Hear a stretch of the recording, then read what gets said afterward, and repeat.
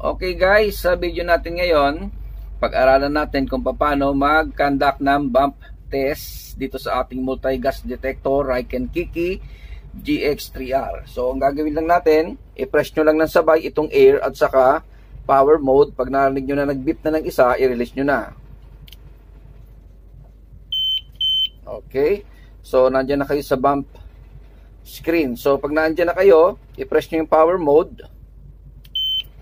Okay.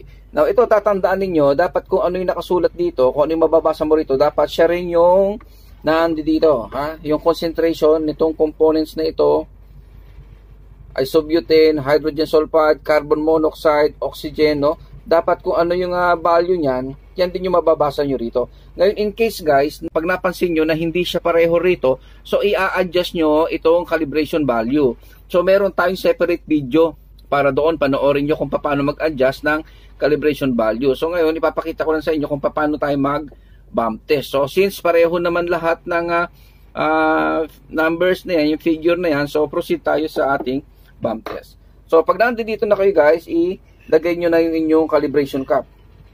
Okay, so makikita nyo ito, nakalagay dyan, no, front, no? So ibig sabihin, itong side na ito, yung pinakang front.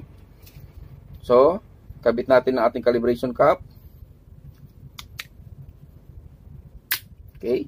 So pag nakakabit na, buksan natin ang ating cylinder, tapos press natin ang power mode, no? So makikita nyo nagka-count yan doon guys. So ayun, no?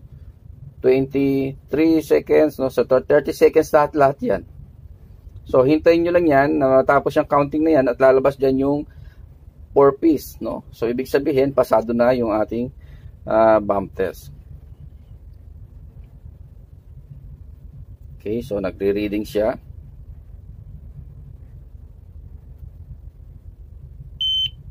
Okay, so you know, naka-piece lahat, lumabas na yan. So ibig sabihin, pasado tayo. So pag lumabas na yan guys, sirado nyo na lang yung cylinder ninyo. Tapos, i-power mode nyo na lang to acknowledge. I-acknowledge natin. So, press yung power mode. Okay, so and, kusa na yan siya. Okay.